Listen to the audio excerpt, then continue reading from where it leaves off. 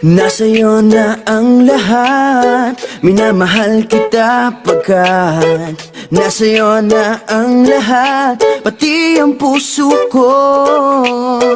Nasa'yo na ang lahat, minamahal kitang tapat. Nasa'yo na ang lahat, pati ang puso ko. And there you go! Good morning, good afternoon, good evening. Nasaan man kayong lupalop ng mundo, mabuhay and welcome to Ultimate Kaiser Health Builder Product Training. And bago tayo magsimula, panoorin muna natin ang video na to.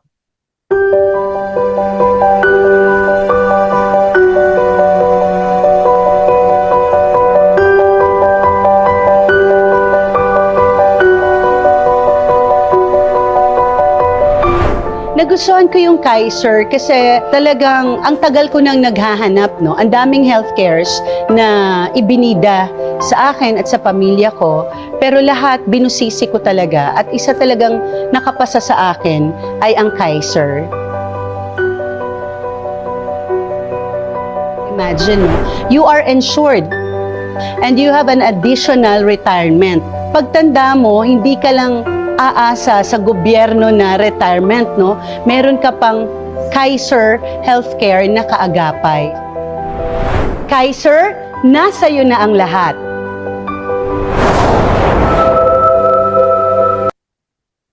And yes, ang mag-inang Carla Estrada at Daniel Padilla ang current ambassadors ng Kaiser International Health Group at sila mismo naniniwala sa importansya ng pagkakaroon ng healthcare sa buhay ng tao. Kaya ako, sobrang excited lang din ako i-share sa'yo. Ano bang merong kakaiba sa Kaiser, sa Ultimate Kaiser Health Builder na wala sa ibang HMO o healthcare products na alam natin o meron tayo.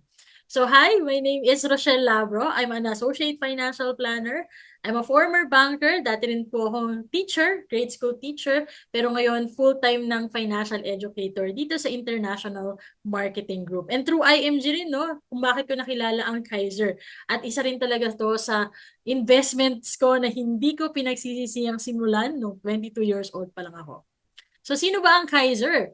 Ang Kaiser International Health Group is an HMO company or health maintenance organization dito sa Pilipinas. Ito ay na-establish noong June 8, 2004. So, 20 years na ang Kaiser. And of course, certified to by the Department of Health and Insurance Commission. And ang current president niyan ngayon ay si Dr. Lea Uy Yolo. And currently, ang daming accredited hospitals and clinics and mga doctors ang Kaiser. So over 12,000 and counting yung mga accredited doctors natin. More than 2,000 and counting din mga hospitals and clinics na accredited ang Kaiser. And syempre meron din tayong 24/7 na call center na syempre kung kakailanganin natin in case of emergencies. Ayan. So 24/7 na may matatawagan tayo. So ito yung mga example ng mga accredited hospitals and clinics ng Kaiser. So I'm sure kilala niyo naman yung mga hospital na to, St. Luke's, Makati Med, The Medical City. So ilan lang yan sa mga malalaking hospital ng mga accredited ng Kaiser. And syempre, ang maganda rin sa Kaiser, siya lang yung bukod tanging HMO company na merong sariling medical center or clinic. So currently, meron tayong Kaiser Medical Center sa Makati, meron din sa SM North EDSA, meron din sa Ortigas, sa Manila. And kung nasa South Banda, ayan, meron din sa Santa Rosa, sa Laguna, sa San Pablo, and syempre sa Cavite, sa EBSA, and syempre sa Visayas, meron din sa Cebu. Yan, sa SM Seaside at saka sa SM City. And syempre, nadadagdagan pa. Unti-unti pang dumadami yung mga branches ng ating Kaiser Medical Center. So, abangan na lang natin. Diba? Malay nyo sa lugar na malapit sa inyo, magkaroon na rin ng Kaiser Medical Center. At ito pa, sino pa yung mga nagtitiwala sa Kaiser International Health Group? So, ito lang naman, dalawang branches lang naman ng ating gobyerno, which is yung judicial and legislative. Yan, yung Supreme Court, yung mga Senate, So even sila no, nagtatrust sa Kaiser and Kaiser yung kanilang HMO provider. O 'di ba kung yung mga pinakamalalaking ahensya ng gobyerno nagtitiwala sa Kaiser, tayo pa kaya? Kaya kung naiisip mo or iniisip mo na scam ang Kaiser, so it's a proof na hindi po. Legit product ang Kaiser, legit company ang Kaiser International Health Group. And Kaiser, sa totoo lang, tinutulungan niya rin tayong i-build yung solid financial foundation na tinatawag. So ano ba 'to yung solid financial foundation? So ito lang naman yung kailangan natin gawin no para ma-achieve natin yung financial security or financial freedom, 'di ba? So kumbaga para tong pagbi-build ng bahay, 'di ba? Hindi naman natin inuumpisahan sa bubong, kundi sa foundation para matibay siya. So ganoon din sa financial life natin. Kung gusto nating matibay yung pundasyon ng bahay pinansyal natin na kahit anong emergency or pandemic yung dumating, hindi matitibag yung bahay pinansyal natin. Ganito natin i-build. Mula baba, pataas. And ano ba yung first priority na pinapakita dyan? O di ba, unang-unang step is healthcare protection. Pangalawa, magkaroon din tayo ng life insurance natin. I-manage natin yung mga utang natin. Mag-build tayo ng emergency fund natin. And syempre, mag-save and invest din tayo. So yun yung mga kailangan natin to build our solid financial foundation. And the good news is, Kaiser Ultimate Health Builder 3-in-1 na siya. So kumbaga, yung 3 major financial needs na dapat meron tayo, which is healthcare, insurance, at investment, meron siya. Nasasagot niya na. So ito rin kasi yung tatlong bagay na pwedeng mangyari sa buhay natin. No? Una, what if we die too soon? So kuhanin tayo ni Lord ng maaga. Sino mag-take care, di ba? Sino mag-aalaga ng mga naiwan nating pamilya? Especially if you're the breadwinner of the family. Di ba? Madami kang responsibilities na may iwan sa kanila. Siyempre, the solution is life insurance. Kasi that is instant money for your family. Another challenge or another thing din na pwede mangyari sa buhay natin is what if magkasakit nga tayo? Yan, malalang sakit. So, sino naman mag-aalaga sa atin, 'di ba? So syempre, lalo na kung may sakit tayong malala, 'di ba? Di na tayo makakapagtrabaho. So sinong sasagot sa mga needs natin or mga kailangan nating bayaran? Of course, the solution is healthcare. And then another is, what if I live too long naman or humaba naman yung buhay natin? Syempre, sino naman yung mag-aalaga sa atin, 'di ba? And the solution is investment or long-term healthcare because investment, that is the money that can work for you. So kumbaga, bottom line, in our life, these are the 3 major financial needs na dapat meron tayo. We must have life insurance, healthcare, and investment. And ang good news nga, sa Kaiser Ultimate Health Builder, meron na yung tatlo na yan. So 3-in-1 savings program na ang Kaiser. So syempre, again, healthcare, tutulong yan sa atin, di ba? Pangbayad, pang-support sa mga hospital bills natin in case magkasakit tayo or ma-hospital. And then life insurance, yan naman yung kakailanganin natin or yan naman yung magpo-protect sa family natin in case kuhanin tayo ni Lord ng maaga. And syempre, investment. So ito yung kailangan natin para continuous yung income na meron tayo even if retired na tayo. Okay? So, Ultimate Kaiser Health Builder is a 20-year plan. So obviously, long-term healthcare siya. Pero yun nga, 7 plus 13 lang yan. So, ibig sabihin yan, 7 taon mo lang yung pag-iipunan, 13 years ka lang mag-iintay para mag-mature siya. So, 7 plus 13 equals 20. So, meron lang yung tatlong period. So, syempre, yung first 7 years that is your saving period, parang planting season. No? That's your planting time. And then, 8-year onwards, 8-year to 28th year, total of 13 years. That's your extended period. Kumbaga, ito na yung growing time. No? Diyan na nag-grow yung mga investments natin. Of course, pagdating ng 28th year, that's the maturity period. So, kumbaga, that's the harvest time na. Diba? So, in this example, yung gagamitin nating plan is K100. So, contract price niyan is 411,750. And the annual payment is 58,000. So, ang monthly niyan, mga 5,800 per month. So, kumbaga, ito yung babayaran natin within the first 7 years if the plan is K100. Pero ito, ang tanong, ano ba yung mabe-benefit ko during the saving period or during the time na nagpe-pay tayo? No? So, isa-isahin natin. So, during the accumulation period, during the first 7 years, ito yung mga benefits na activated na. At least naka 1 year nang active yung plan mo. So una, meron ka ng annual physical exam na libre mong maa-avail sa kahit anong accredited hospitals and clinics. So ano ba yung APE? Yan. So ito yung usually basic 5, yan, physical exam, x-ray, Sumangal sa dumi, sa ihi, yan, complete CBC, ganyan, or ECG. So, libre mo yung ma-avail yan sa kahit anong accredited na hospitals and clinics. Tapos meron din siyang dental benefit. So, yan, unlimited dental check-up, pwede ka magpa-check-up, pwede ka magpalinis, magpabunot, and so on and so forth. At isa rin sa maganda sa kanya, meron ka na din agad basic health benefit. So, ito naman yung, kumbaga, yung ating hospitalization allowance in case ma-admit tayo sa hospital. So, sa example nga natin na K100 na plan, so meron kanyang 60,000 na medical allowance kada taon. Na yan yung mag-shoulder ng hospital bills mo in case ma-admit ka sa hospital. And during the first 7 years then, aside sa mga healthcare benefits natin, meron din tayong term life insurance. Kasi nga, hindi lang naman siya ordinaryong healthcare. Diba? So, healthcare siya na meron ding life insurance coverage. And ang maganda dito, 20 years kang covered ng insurance na yan. Then if accident pa yung ating, let's say, ikinamatay, dodoble yung insurance coverage natin. Tapos kung ma-disable tayo, ganyan. So, may receive din tayo or yung family natin. At isa rin sa magandang feature nito, meron siyang waiver of membership fees due to death. Ibig sabihin yan, kapag ang plan holder ay kinuha ni Lord during the saving period. So for example, 3 years pa lang nagbabayad, kinuha na ni Lord yung plan holder.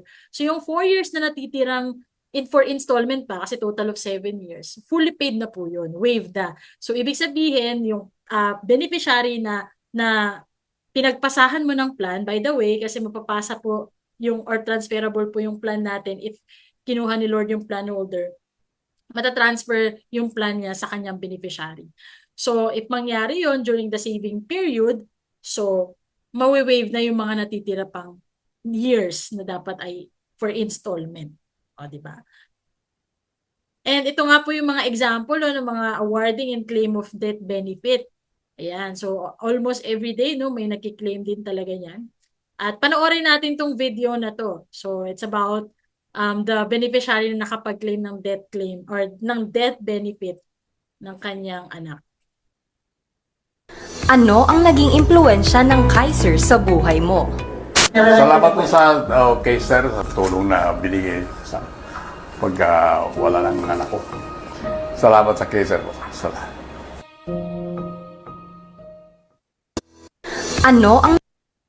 Paano nakatulong ang Kaiser sa buhay mo?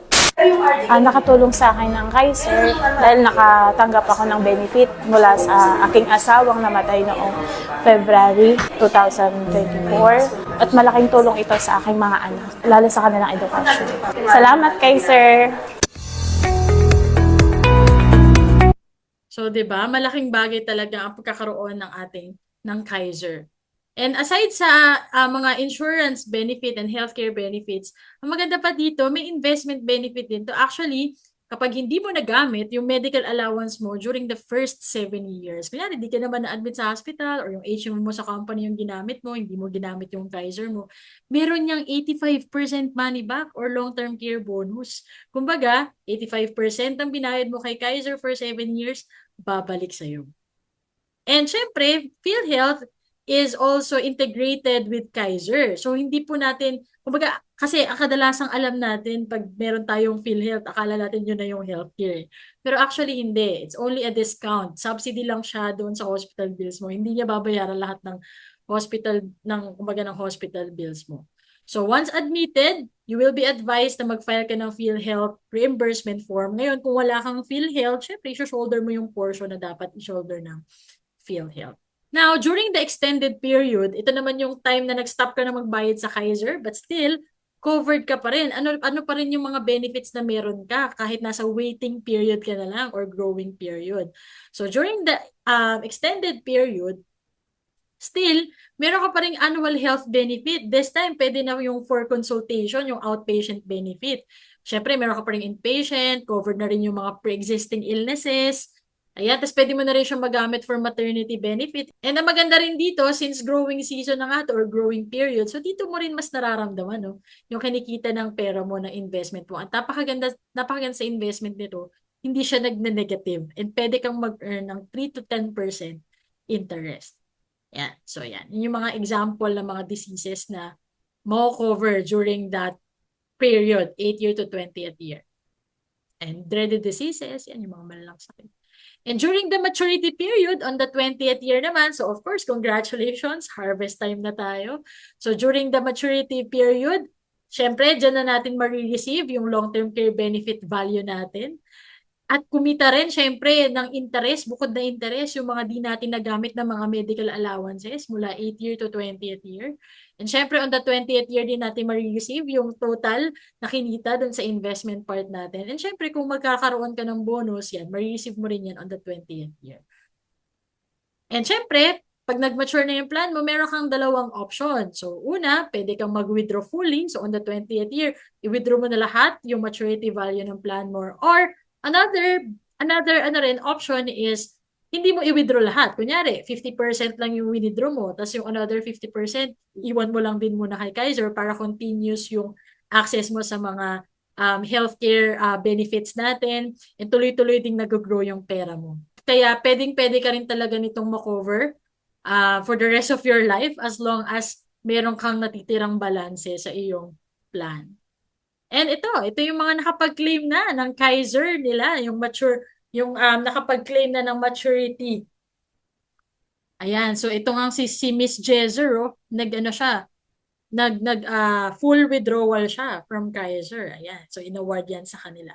And we also have another video about it, so may testimony din tayo ng mga nakatapos na ng kanilang Kaiser. Ano ang naging impluensya ng Kaiser sa buhay mo?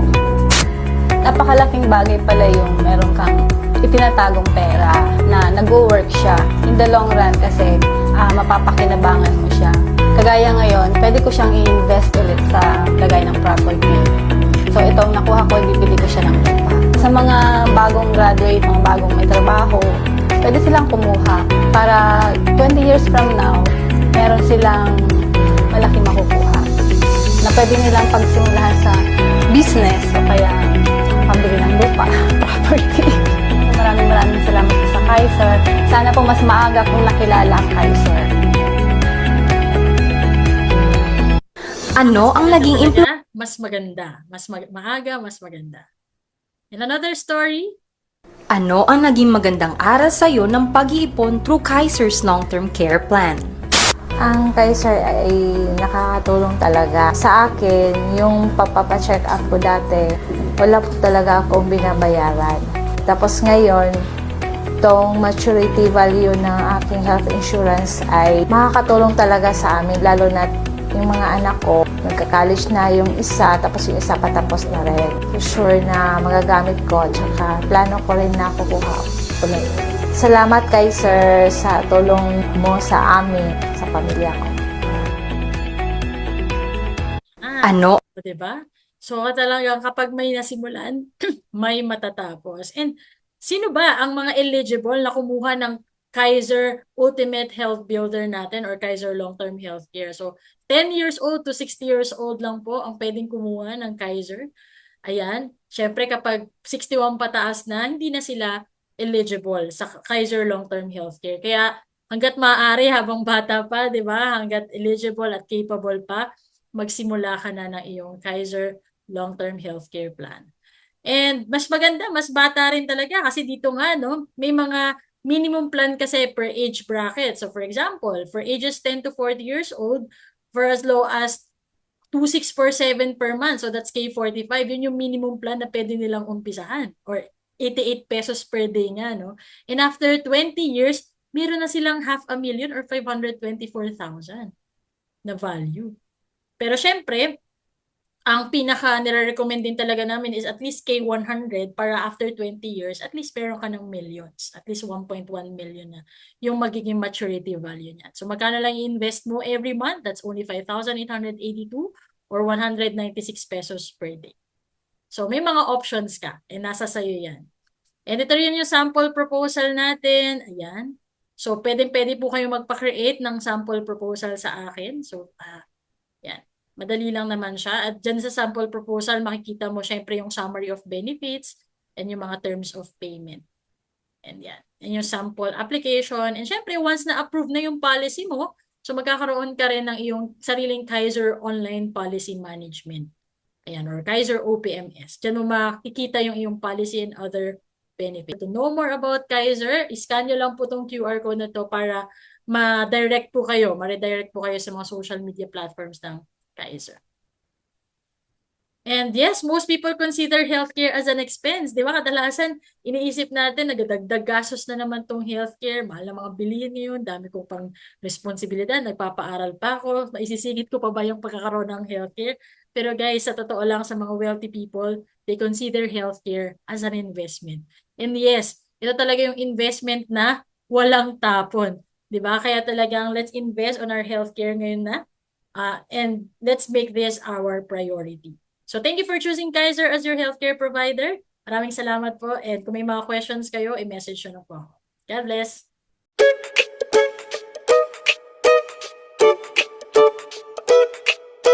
Nasa iyo na ang lahat.